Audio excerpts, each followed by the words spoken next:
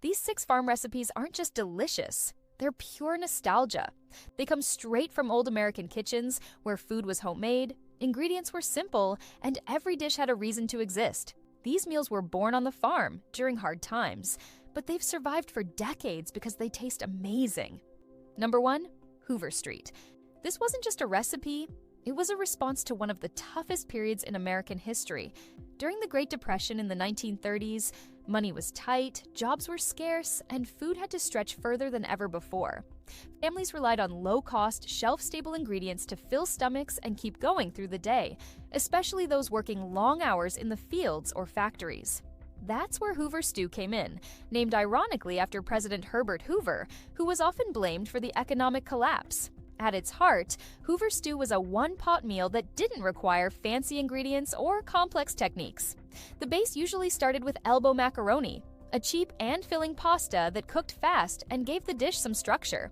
To that, people added canned tomatoes and any kind of beans they had, kidney, pinto, navy, it didn't matter. For protein, hot dogs were the go-to because they were inexpensive and had a long shelf life, but leftovers like smoked sausage or ham trimmings were also common. Nothing fancy, just whatever was available. But here's where the real Depression-era wisdom came in. Nothing was wasted. The liquid from the canned beans and tomatoes wasn't drained off. Instead, it became part of the stew, helping thicken it naturally and adding extra flavor and nutrition. That juice, combined with the starch from the pasta, created a broth that was far heartier than you'd expect from such simple ingredients. People often added whatever scraps they had, celery leaves, bits of onion, or even wild greens like dandelion or mustard if they grew nearby. Anything edible that could stretch the pot went in. This wasn't about gourmet cooking. It was about survival, warmth, and community. And despite its humble beginnings, the flavor was surprisingly rich, savory, slightly tangy from the tomatoes, and deeply comforting. In modern kitchens, Hoover Stew can still hold its own. It's easy to make, budget-friendly, and endlessly customizable. Want to add more nutrients? Throw in some shredded cabbage during the last few minutes of cooking. It keeps a slight crunch, adds color, and gives the dish a fresh, earthy note. Kent Rollins, the cowboy cook, once called it depression in a pot, but not in taste, and that pretty much sums it up. It's proof that a few pantry staples and a little creativity can go a long way. Number 2, carrot cookies. In the 1940s, with World War II reshaping daily life across America, even something as simple as baking a batch of cookies became an act of resilience. Sugar was one of the many rationed items, which meant families had to find clever ways to make sweet treats without using too much of it, or any at all. Enter the humble carrot. Grated finely, it brought a natural sweetness, along with moisture and a soft texture, making it the perfect substitute in wartime baking. These cookies were a far cry from the chewy chocolate chip giants we know today.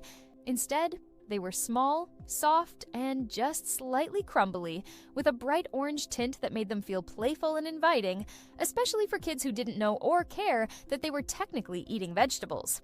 They were often baked on heavy steel baking trays, greased with margarine instead of butter, which was also in short supply. Housewives got creative with what they had on hand, using simple pantry staples like flour, grated carrot, baking powder, and a touch of salt. Sometimes an egg went in, if it was available. The flavor was mild but comforting. What made these cookies really special was the attention to detail. A sprinkle of coarse sugar on top added sparkle and crunch. But the real secret weapon? A pinch of ground ginger. Not only did it add warmth and depth, it masked the taste of low-quality margarine or any other substitution that might have been used in place of real butter. Ginger was the perfect spice for the times. It was cheap, didn't require ration stamps, and packed a flavor punch that elevated the entire recipe. These cookies weren't just dessert, they were a morale booster. Easy to whip up in a pinch, they gave families a small taste of normalcy in a world turned upside down. For kids, they were cheerful and sweet. For adults, they were a reminder that you could still enjoy something homemade, even with limited resources. If you want to bring these cookies back today, keep the original spirit but feel free to upgrade where you can.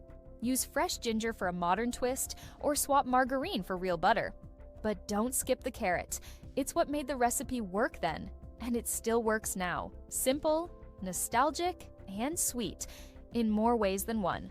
Number 3, ham and Lima Bean Pot Pie. By the time the 1950s rolled around, life in America was shifting.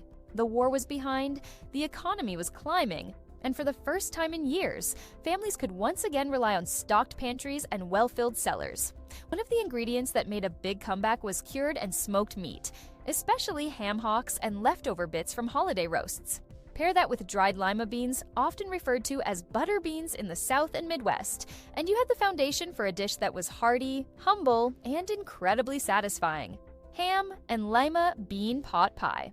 This wasn't your classic pot pie with a golden crust and neat little slices. No, this was the farm version, rustic, all-in-one, and made to feed a crowd. It was usually cooked in a single big kettle or Dutch oven on the stove, perfect for farm kitchens that needed meals to be simple, filling, and easy to scale. It all started with soaking those dried lima beans overnight. In a lot of rural homes, that was a standard step. There was always a pot of something soaking in the sink. Once soft, the beans were simmered with diced ham or ham hocks.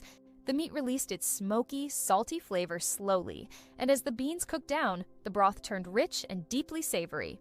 Then came the most interesting part, the dough. This wasn't pastry dough or biscuit dough, just a basic mix of flour, water, and sometimes lard or bacon fat if you had it. It was rolled out thin, sliced into wide ribbons, and dropped directly into the bubbling bean and ham broth. As the ribbons simmered, they softened and swelled, almost melting into the liquid and creating a thick, velvety texture.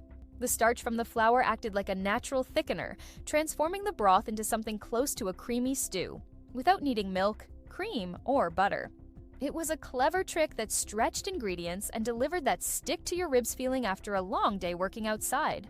Women's magazines in the 50s, like Better Homes and Gardens and Good Housekeeping, often gave tips on how to tweak the dough, roll it thinner, cut it wider, or knead it with a bit of salt to enhance the flavor. Some cooks even added chopped parsley or pepper to the dough for a little kick. But at its core, this dish was about simplicity and comfort. It was a one-pot wonder before that phrase even existed. On Sundays, especially after church, you'd find this kind of meal simmering on stovetops across rural America. It was perfect for feeding extended family who might stop by, and there were always leftovers, which tasted even better the next day. The flavor deepened overnight, and the dough got even softer, soaking up all that salty, smoky goodness. There's something very nostalgic about ham and lima bean pot pie. It's the kind of dish that reminds people of their grandparents' kitchens. The smell of beans and pork slowly cooking, the clatter of metal spoons on cast iron, and the soft bubble of stew on the stove while someone set the table with mismatched plates. It's not flashy, and it'll never win points for presentation, but it's deeply American, rooted in frugality, practicality, and warmth. For folks who grew up eating it, it's a taste of home that's hard to forget. Number 4. Beef and barley stew from the Magic Pot. By the time the 1960s rolled in, American kitchens were changing fast. New appliances promised to make life easier, and for farm families who worked long hours, these gadgets were a game changer. The slow cooker, what people called the Magic Pot back then, was one of the biggest revolutions. You could throw everything in before sunrise and come home to a fully cooked meal without standing over a stove. That's where beef and barley stew really took off. It was the perfect match for this new set-it-and-forget-it lifestyle. The core of the recipe was simple and smart. Chuck roast, which was one of the cheapest cuts you could get, became the star. It had enough marbling to stay tender after long cooking, and that fat melted down to flavor everything else in the pot. But smart cooks knew one extra step made all the difference: searing the beef. Just a few minutes in a hot pan, getting a dark crust on all sides, transformed the final dish. That browning, known as the Maillard reaction, gave the stew a deep, savory base flavor that slow cooking alone couldn't quite achieve. It was a little bit of effort for a big payoff. After the beef came the vegetables: carrots, russet potatoes, onions. Nothing fancy, just hearty and reliable ingredients that stood up to long cooking without turning to mush. And then came the barley. That was the trick nobody forgot. A handful of pearl barley thrown into the mix added not just texture, but a natural thickening quality. Over the hours, the grains released starch into the broth, giving it a silky, almost gravy-like consistency. You didn't need cornstarch, you didn't need flour, and you didn't need to do anything else except wait. Timing was everything. A farm wife could prep the stew in under 30 minutes, plug in the pot, and spend her day tending animals, managing kids, or even helping in the fields. When she came home, dinner was ready. The whole house smelled rich and warm, like onions melting into broth, like roasted meat, like something worth slowing down for. It became a go-to for Sundays, not just because it tasted amazing, but because it gave families a chance to eat together without stress. This kind of dish also fit the 1960s mindset. People were starting to embrace efficiency in the kitchen, but they still valued flavor, comfort, and tradition. Beef and barley stew checked every box. It was affordable, filling, adaptable, and nearly impossible to mess up. Didn't have potatoes? Skip them. Got leftover turnips or parsnips from the root cellar? Toss them in. Even the broth was flexible. You could use bouillon cubes, canned consommé, or whatever was on hand. That made it a dish that worked just as well in a farmhouse as it did in a suburban kitchen with avocado-colored appliances. For many families, this stew became a memory maker. Kids came in from outside, faces red from the cold, and the first thing they'd smell was that savory steam rising when the lid came off the pot. A ladleful into a bowl, maybe a slice of white bread or a biscuit on the side, and that was dinner, hot, heavy, and full of everything that made home feel like home. It's a dish that still deserves a spot on the table, not just for nostalgia, but because it simply works. Number 5, Zucchini Fritters. The 1970s in America were a time of homegrown pride, and nowhere was that more visible than in the explosion of backyard gardening. Driven by a mix of economic practicality, environmental awareness, and good old-fashioned self-reliance, people all across the country were digging up lawns, planting seeds, and harvesting more produce than they could possibly eat. Among the most infamous overproducers was the humble zucchini. It seemed like every vine turned into a monster overnight, and by late summer, porches were overflowing with green squash no one quite knew what to do with. Neighbors tried giving them away. Some even left them on doorsteps in the middle of the night like produce bandits. You could only freeze so many. Zucchini bread helped for a while, but even that got old. Then came the hero of the hour, zucchini fritters. These little golden discs were the ultimate answer to zucchini overload. They were simple, versatile, and didn't feel like a compromise. They tasted like a treat. To start, you needed a good amount of fresh zucchini, about 2 pounds or a kilo. The key step, grating and draining. You'd grate the zucchini, salt it lightly, and let it sit in a colander for at least 15 to 20 minutes. Then, you'd squeeze it. Hard. Whether you used your hands, a cheesecloth, or a clean dish towel, the goal was the same. Get that moisture out. The drier the zucchini, the crispier the fritters. Once you had your drained shreds, it was time to build the mix. Eggs came first, usually 1 or 2 depending on the batch size, to bind everything. Then a handful of chopped green onions, fresh dill, a pinch of salt, and a little cracked black pepper. Some people added garlic or parsley, but the base stayed simple. To hold it together, you'd toss in flour or breadcrumbs, just enough to keep the mixture from falling apart in the pan. Some folks used matzo meal or even crushed saltines if that's what was in the pantry. The batter was supposed to be thick but spoonable. Then came the best part, frying. You'd heat up oil in a skillet, cast iron if you had it, and drop spoonfuls of the mixture in, flattening them slightly with the back of the spoon. The goal was golden brown and crispy around the edges, with a soft, fluffy middle. That sizzle when the fritter hit the pan was like a promise. Within minutes, the kitchen would smell fresh and green and just a little bit lemony from the dill. They weren't greasy if you did it right, just crisp on the outside and light on the inside. And here's where it all came together. The fritters were good on their own, but every cook in the know served them with a dipping sauce, preferably a cold one. The classic was a mix of sour cream, minced garlic, and sometimes a squeeze of lemon or a pinch of dill.